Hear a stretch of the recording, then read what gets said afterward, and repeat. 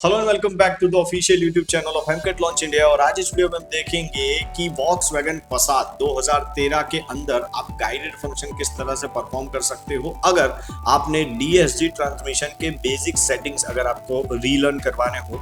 इन cases में अगर आपने डीएसजी ट्रांसमिशन को बदला हो, उसका क्लच पैक बदला हो, उसका मैकाट्रॉनिक यूनिट बदला हो, या फिर आपका डायग्नोस्टिक ट्रबल कोड आ रहा हो P175F00, उसका मतलब है कि आपके ट्रांसमिशन के बेसिक सेटिंग्स जो है वो आपको फिर से परफॉर्म करने पड़ेंगे, या फिर आप बोल सकते हो कि उसको कैलिब्रेशन या फिर रीलर्न की जरूरत है। तो इसके लिए हम X431 series of devices use करेंगे, जिनको यूज करके आप इस प्रोसेस को बहुत एफर्टलेसली कर सकते हो, जिसके अंदर प्रो एसई, पैड 5 और पैड 9 आता है। तो आप अगर इनमें से कोई भी एक डिवाइस के साथ हो तो आप इसको बहुत आसानी से परफॉर्म कर पाओगे। तो यहाँ पे हम प्रोसेस को शुरू करते हैं फटाफट। तो सबसे पहले हम यहाँ पे कार को स्कैन करते हैं और आप देख सकते हो कि हमें बहुत सारे फोल्ड कोड दिख रहे हैं। और बेसिकली सबका एक ही काम है कि हमारा जो ट्रांसमिशन यूनिट है उसमें दिक्कत है। तो फटाफट यहाँ पे सिस्टम टोपोलॉजी में जाके सिस्टम लिस्ट को हम यहाँ पे अपडेट करते हैं, ताकि आप देख सकते हो कि हमारी सारे सिस्टम्स जो है वो यहाँ पे स्कैन हो चुकी है। उसके बाद हम यहाँ पे गाइडेड फंक्शन पे चले जाएंगे, जिससे हमें ज्यादा आइडिया आ सकता है कि क्या हमारा काम सही से होगा या नहीं। आपको कॉर्नर में आपके वोल्टेजेस चेक कर लेना है,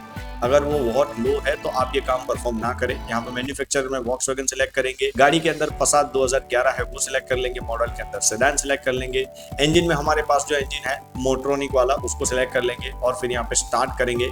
और आप देख सकते हो कि यहाँ पे हमें बहुत सारे ऑप्शन दिख रहे हैं, जिसमें हमें ट्रांसमिशन इलेक्ट्रॉनिक्स वाला जो है उसके ऊपर क्लिक करके उसका जो गाइडेड फंक्शन है उसको सिलेक्ट करना है। और फिर आपको मैकाट्रॉनिक के बेसिक सेटिंग वाला जो ऑप्शन सेंटर में दिख रहा है उसको सिलेक्ट करना है, जिससे हम हमारा ऑपरेशन परफॉर्म कर सकते हैं।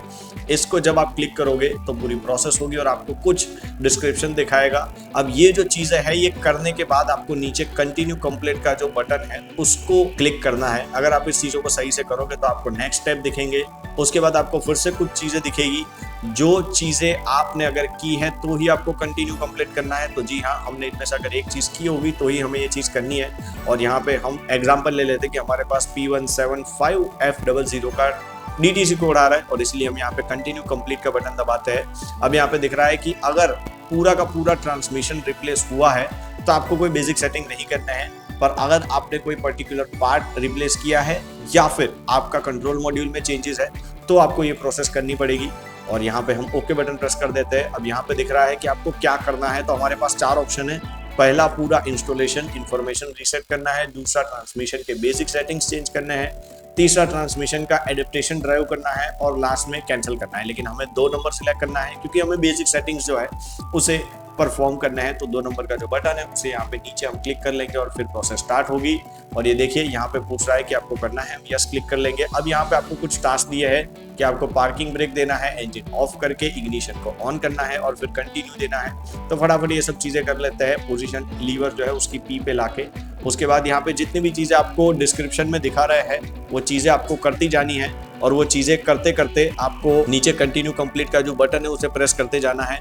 और बेसिकली यहाँ पे आप जब ये प्रोसेस करते रहोगे उस टाइम पे आपको आपके ट्रांसमिशन के अंदर कुछ आवाजें सुनाई देगी जो कि कंप्लीटली नॉर्मल है और वो एक टाइप का कैलिब्रेशन चल रहा है। उसके बाद यहाँ पे आपको इंजन को स्टार्ट करना है और यहाँ पे आप देख सकते हो कि आपके वर्क स्टेप जो है उसका काउंट यहाँ पे चेंज होगा। अगर ये काउंट 1 मिनट तक चेंज नहीं होता है तो आपके सिस्टम में कोई दिक्कत है, आपको चेक करना पड़ेगा। पर अगर इसकी वैल्यूज यहाँ पे मैं जैसे दिखा रहा हूँ उस तरह से चेंज हो रही है तो आपके बेसिक सेटिंग्स जो है वो स्कैनर की ओर से बहुत अच्छे से रन कर रहे हैं और थोड़ी ही देर में आपका जो काम है वो बहुत आसानी से कंप्लीट हो जाएगा।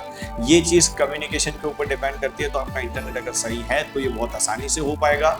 और कई बार इसको करने में ज़्यादा टाइम भी लग सकता है क्योंकि यहाँ वीडियो है और वीडियो लंबा ना हो जाए, इसलिए मैं आपको फास्ट फॉरवर्ड करके प्रोसेस दिखा रहा हूँ। और ये देखिए आपका जो कंट्रोल मॉड्यूल है वो शट डाउन होगा और शट डाउन होने के बाद आपको इग्निशन जो है उसे वापस ऑन करना है। और उसके बाद नीचे जब आप कंटिन्यू कंप्लीट का जो बटन है उसे प्रेस करोगे तो आपका जो मैक्सिमम काम है वो यहाँ पे कंप्लीट हो जाएगा और आपका जो बेसिक सेटिंग है वो ऊपर दिख रहा है कि एक्टिव हो चुका है। अब इसको हम टेस्ट ड्राइव के लिए लेके जाते हैं और यहाँ पे देख सकते हो कि हमारा जो ड्राइविंग है वो बहुत स्मूथ है और जो गियर्स है वो भी आसानी से शिफ्ट हो रहे हैं। और स्पीड भी आप देख सकते हो, दूसरे तीसरे गियर की स्पीड में हमारी गाड़ी जो है वो पहुंच चुकी है 40 to 45 तक। तो इस तरह से आप बहुत आसानी से आपका जो ट्रांसमिशन सेटिंग रीसेट है या फिर बेसिक सेटिंग है उसे आसानी से परफॉर्म कर सकते हो। अगर आपके फिर भी कोई डाउट है आप कमेंट सेक्शन में हमसे पूछ सकते हो। आई होप कि सारी चीजें आपको पता चल गई होगी। और अगर आपको ये वीडियो पसंद आए तो लाइक और चैनल को सब्सक्राइब कर दीजिए, क्योंकि ऐसे ही ऑसम ट्यूटोरियल्स हम आपके लिए लेके आते रहते हैं। तो thank you so much for watching. मिलते हैं आपको एक और नई टेक्निकल वीडियो के साथ, तब तक के लिए बाय बाय।